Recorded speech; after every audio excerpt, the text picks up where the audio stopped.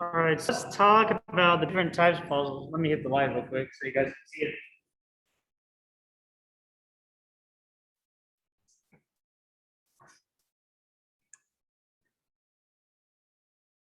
All right, so different types of fossils.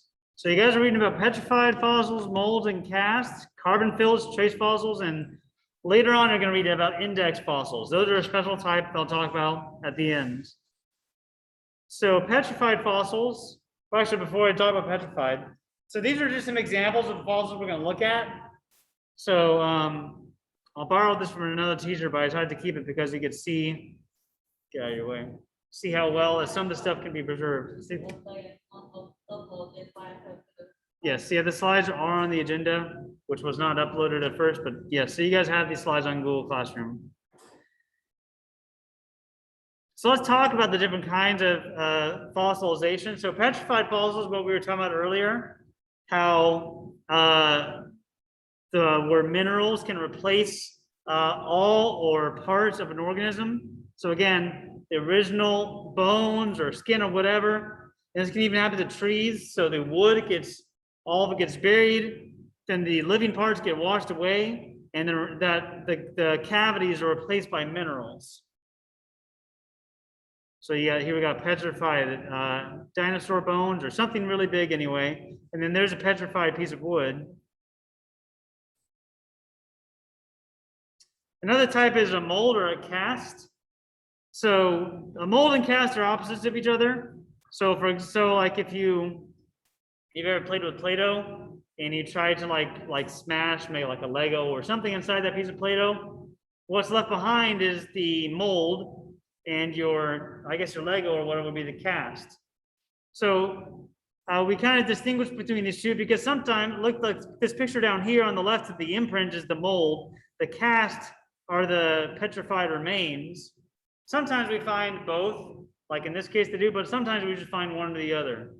So a mold is when there's imprint left behind. A cast is what the remains would look like, only it might be petrified. Or just like it says, a cast is the copy of the shape of the organism. I think you guys had a few CK12 questions about those two. Do you guys have questions about those two? Okay. Okay. Carbonization. There we go.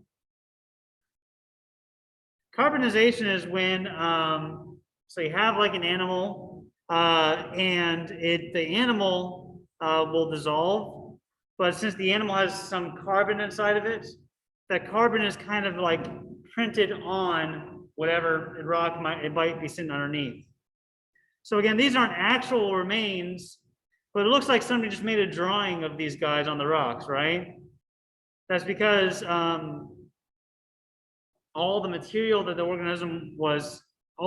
inside this organism was evaporated except for that carbon, and that carbon hardened onto that rock. So all organisms have even we are made up of lots and lots of carbon. It makes up our DNA, makes up our skin cells. So that carbon gets left behind and just kind of leaves a coating, what says a coating of carbon film. And then trace fossils are pretty rare, but they're also very useful. So these are what you guys were saying, like imprints, could also be like leaf prints. But a footprint is especially helpful because finding in dinosaurs' bones is one thing, but to find the footprints tells us where most of the, it kind of tells us where how the animal walks. Like when you walk versus when you run, you put certain amounts of pressure on your feet. And so by looking at how deep the footprints would be, they can tell, well, did this animal put more pressure on its toe or put more pressure on its heel? And that really helps them understand how this animal lived or where this animal walked. Did it go to the river often? Did it go to the trees often? So footprints are very rare, and they're also very helpful to understand how the animals used to live. But we're not in biology class, we're in geology class. So let's talk about index fossils. So this is the next topic you guys will be learning about today. An index fossil, so the definition index is a fossil found in a narrow time range but widely distributed around the Earth, used to date rock layers. Okay, so how is this done? So first of all, let me just point out that these are two very common fossils, ammonite and trilobite. Let me show you how.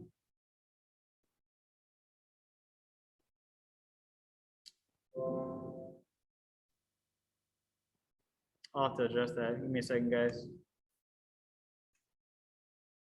I'm gonna draw my virtual whiteboard because I'm recording for my online students as well.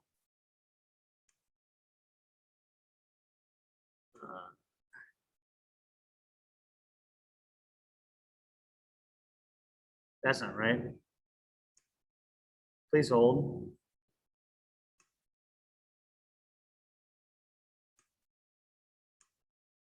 Oh, that's ugly.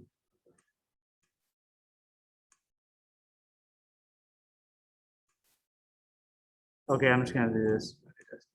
Okay. Okay, so do you guys remember talking about sedimentary rock layers?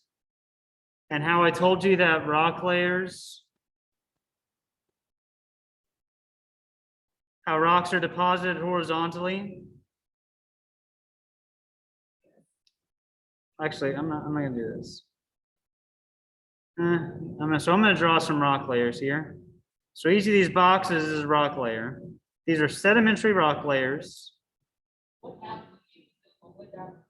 This is Zoom. Yeah, this is Zoom.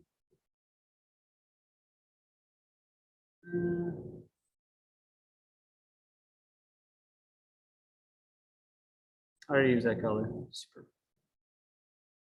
Okay, so we got some sedimentary rock layers.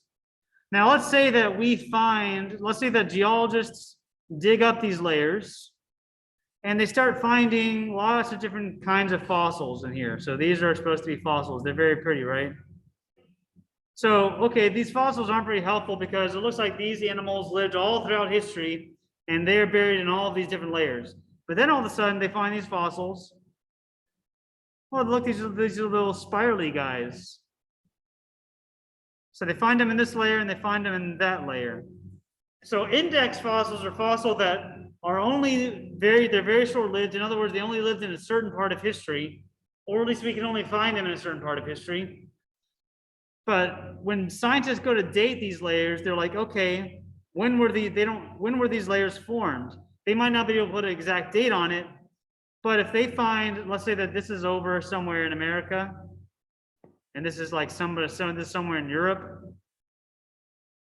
and what they can do is they can say, hey, this fossil layer is the same age as this fossil layer or this sedimentary layer because we found the same fossil in both layers. That's where an index fossil is. So if a geologist is going somewhere new and they know that these fossils came like from 1,000 years ago, they'll know that these fossils also point to 1,000 years ago. And so anytime they find that ammonite or whatever it may be, that index fossil will allow them to accurately date that layer of sedimentary rock.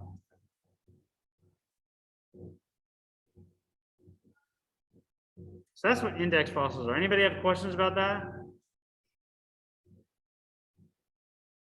So after we're done talking about fossils, we'll start talking about stratigraphy. Stratigraphy is the science of studying sedimentary rock layers. So we spent a whole unit on sedimentary rocks so we could talk about stratigraphy. Stratigraphy talks about how we observe sedimentary rock layers, but also how they can change over time. Yes, Kajana?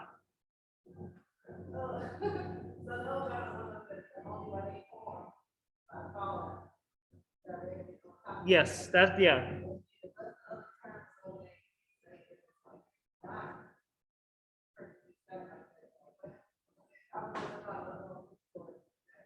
Sorry, say the last part of your question again, I'm sorry.